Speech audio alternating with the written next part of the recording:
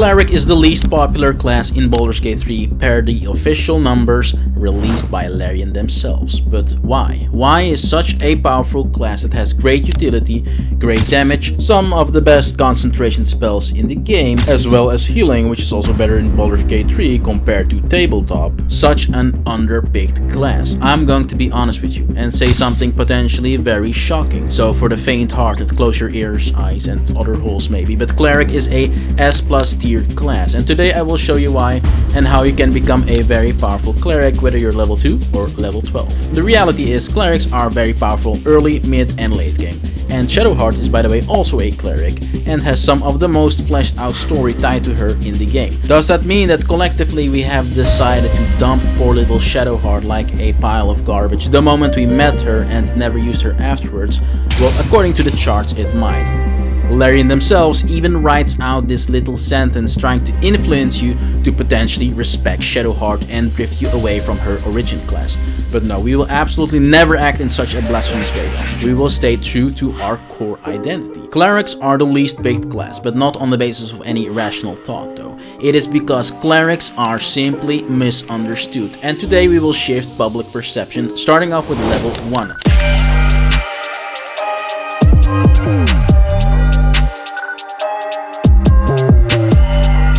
Now honestly, a bunch of the domains that you can spec into as a Cleric are really good. The only one I don't like at this moment in time is the Trickery domain, because compared to the others it seems to not have a lot of use. Ironically, the Trickery domain is also what Shadowheart is specialized in and what you get if you never respect her. So maybe people don't like Clerics just for that reason.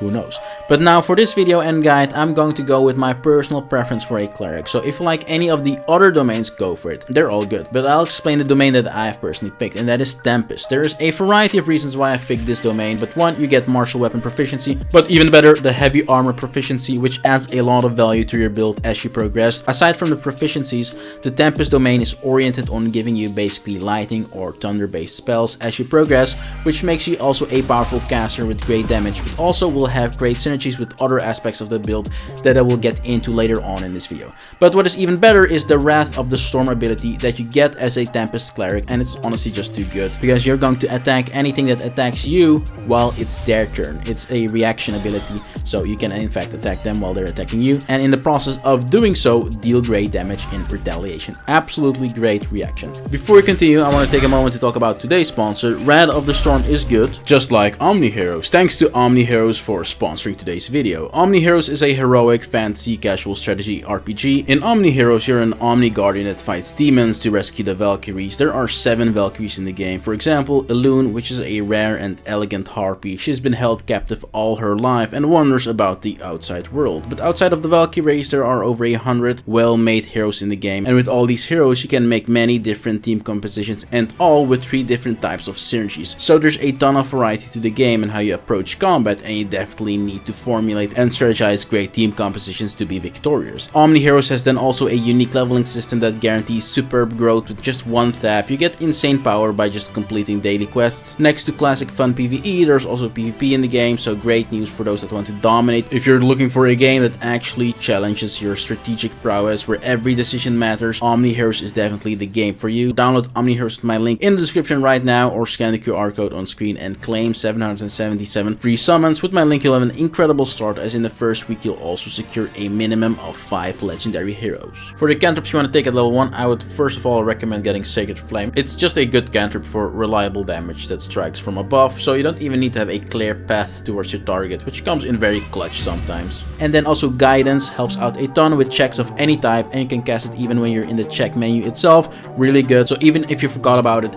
you can use it in the moment of the heat itself and produce flame for light. But this cantrip is actually also a multi-purpose tool because it can also be used to deal damage. Now for your starting abilities, I would recommend to start out with like 16 Wisdom, 16 Strength and 15 Constitution. Wisdom is our most important ability as its skills are spellcasting. Constitution is then going to be our second most important ability, as it's going to be great for maintaining our concentration spells, which we're definitely going to utilize as a Cleric, as we get very powerful ones. And Concentration also gives us HP. We start off with it at 15, but we will get it to 16 really soon. More on that in a second. And strength is then also going to be relevant because we are going to hit things with our weapons and we're going to utilize pretty powerful weapons for this build. So these three are the most important abilities. At level 2, you get insights into your spell book and you get to prepare your cleric spells. And I'm going to take Guiding Bolt right away right here. Guiding Bolt is a really hard hitting level 1 spell that is probably one of the strongest early game spells just in terms of damage, but it also grants you advantage for whoever in your team attacks said target after you have done so with Guiding Bolt, which is really nice because in turn that means they will have a higher chance to hit, and especially early game when you obtain this spell, that is really nice because you will miss more often than later on in your adventure just because you are not as proficient in your abilities yet. Then I take Healing Word as our healing spell. Healing Word is better than Cure Wounds for sure, as 1, it's a ranged ability, and 2, more importantly, it's actually a bonus action, so you can always use it to heal in addition to whatever your main action was for that turn. So you can remove Cure Wounds here and take something like Inflict Wounds instead,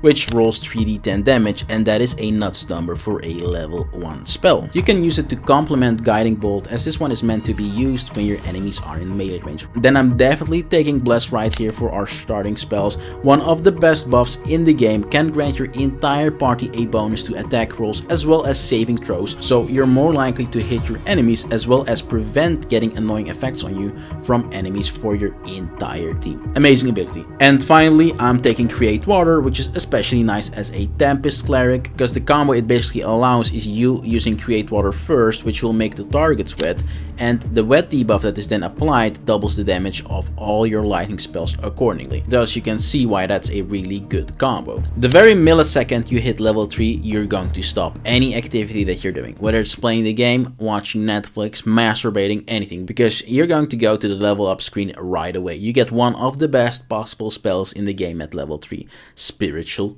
Weapon. This thing is an absolute unit, especially so early on. It tanks for you, meaning you can even get advantage from it. If anyone else in the party attacks a target that the spiritual weapon is threatening, it distracts enemies in the sense that it draws aggro while your team is chilling in the distance and killing off your enemies, and it then also has the ability to hit your enemies with both a normal attack and a special attack that is typical for the type of spiritual weapon that you decide to summon. Yes, you can choose between a variety of different spiritual weapons as well, so if you know the enemy is, say, immune to bleed, you don't pick the special weapons like a greatsword or a halberd that have lacerate on them, for example, but one of the other weapons that have a more useful effect for that type of enemy. So even on a very micro level, you can determine the strategy there. Spiritual weapon is then also a bonus action, so you don't even need to sacrifice your turn to make it, making it even better. All in all, it is an insane power spike for you early on, and you definitely want to get it to level 3 as soon as possible. 8 is a really good spell to get to level 4. It heals, but it also gives your entire team a +5 boost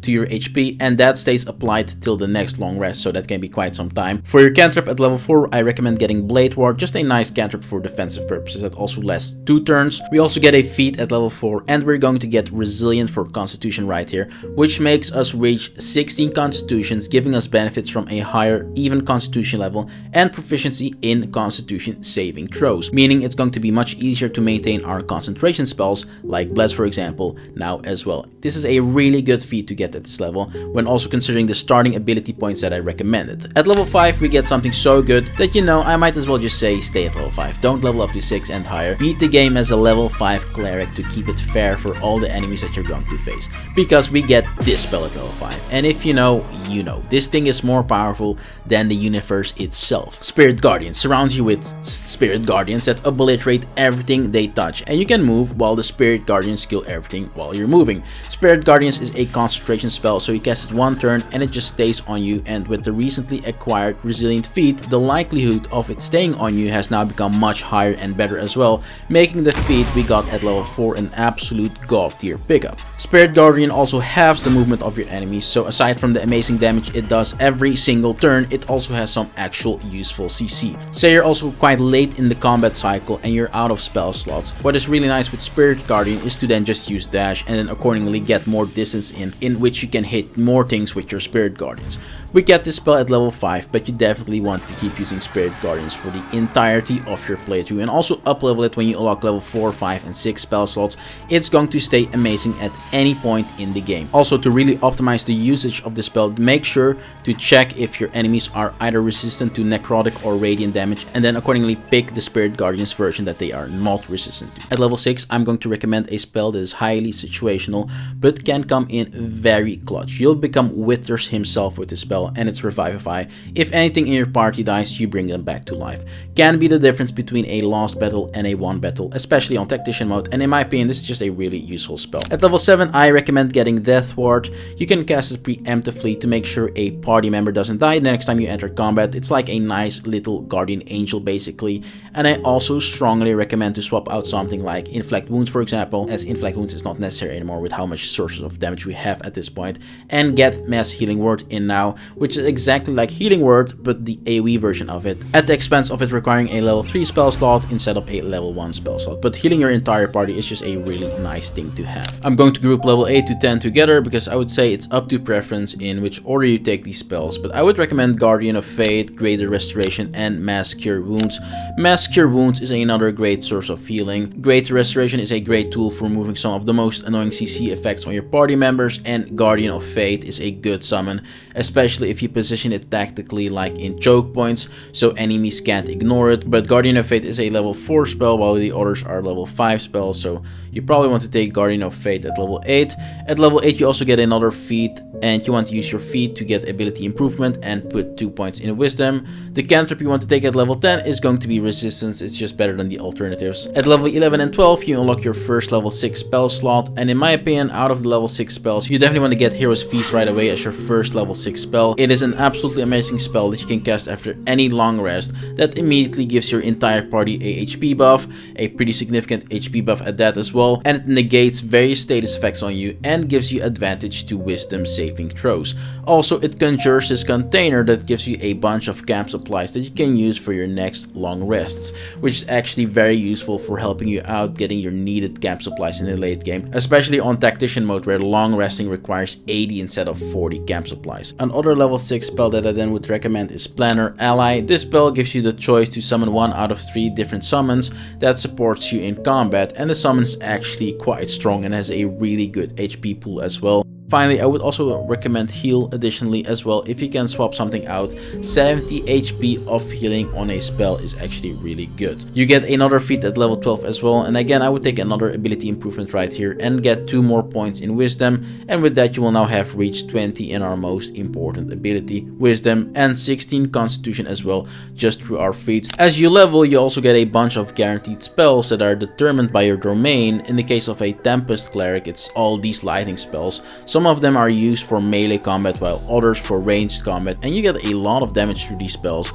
especially if you combine it with the earlier mentioned combo with the Create Water spell. So it's definitely not a bad idea to focus on healing, utility summons, defensive spells in the spell selections that you get from leveling up. I do want to highlight the one guaranteed spell in particular though, and that's Insect Plague that you get at level 9. It's a really good spell, especially if you deploy it at choke points, as it covers a big area and just destroys the movement of what's inside of it while dealing really good damage as well. Now, if you don't want to use Shadowheart as your cleric, I would probably still go High Elf as a starting race, as it gives you a bunch of useful benefits like Dark Vision and Fey Ancestry, which gives you advantage against being charmed, as well as prevents you being put to sleep through magic. It also gives you the useful Perception proficiency, and either sub-race, whether you go High, Half Elf for an extra cantrip, or a Wood, Half Elf for extra movement and stealth proficiency, you will have made a great choice. Now for gear and items, I'm going to go over what I think you should aim towards to and get, because these items will synergize very well with being a cleric and our spells. Early on you don't have to worry too much about gear as a cleric, since you have so much power anyways with things like Spiritual Weapon and Spirit Guardians, but you definitely want to start working towards my recommendations ultimately, and you can definitely get some of these quite early on as well. The nice thing about gear for a cleric in the game is that there is a variety of gear effects that make your healing extra good, in the sense that they provide you some additional benefits to healing your party members. For example, the Whispering Promise Ring, which I highly recommend you to get because it will essentially bless whatever you heal. That is a huge effect considering Bless is usually a concentration spell, but now you get it for free and it lasts for 2 turns every time you heal someone in your party. Insane ring. Then it also opens up another slot in your spells, as you can remove the Bless spell logically as well when you get it, and in that case I would probably replace it with Command or something like that.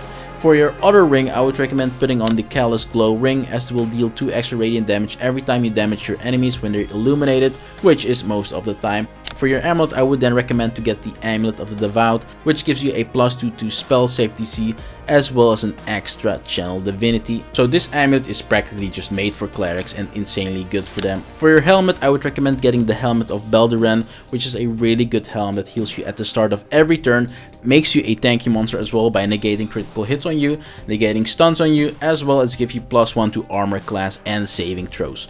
For your gloves, we're going to go with gloves with a similar effect like our first ring and go with the Reviving Hands. These are absolutely monstrous gloves for a cleric. They essentially give you everything you heal Blade Ward, so another very big buff to our heals, in addition to our Whispering Promise Ring, and it also gives everything we revive through our Revivify spell, Death Ward, so we can swap out Death Ward as well potentially for a different spell when using these gloves. You get the Reviving Hands in Act 3 however, but you have a really good gloves that can be considered as the little brother of these gloves that you can actually get in Act 1, and those are the Hellrider gloves, which have the Apply Blade Ward on heal effect.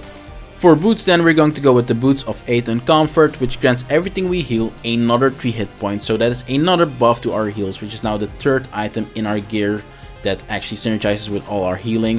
For chest, we're going to go with the Luminous Armor. We apply a Radiant Shockwave with this chest piece every time we damage things with our Radiant damage, which synergizes very well with our Spirit Guardians in their Radiant form, for example, as with that we will apply Radiant damage to multiple targets at once all the time. For our cloak, we're going to go with the Cloak of Displacement, which essentially will make it so that every turn the first enemy that tries to hit us will have a disadvantage in doing so. Really good defensive cloak. Then let's move on to our weapons. First, for our shield, we're going to go with Viconia's Walking Fortress for extra armor class, but the shield's passive grants you a bunch of different really good things as well, including a powerful reaction that knocks your enemies prone. Spell attack rolls against you have disadvantage, you have advantage on saving throws against spells, and you get several spells as well. A really good shield to have. Then for our main weapon, we're going to go with the Blood of Lathander, which is a +3 mace, so it hits quite hard, but it also grants you great effects like when you get downed, you instantly revive yourself and heal everything around you, and you can activate this effect every long rest. This also then stacks with all the buffs we have to our heals from our other gear, making it an even better option for this build. It also grants you Lathander's Light and the crazy Sunbeam spell that blinds everything in its path, as well as just deal really great damage. And with that, you now know every single thing you need to know to be an overpowered cleric early to late game. Make sure you like the video, subscribe for more, don't forget to do that, and let me know your thoughts in the comments.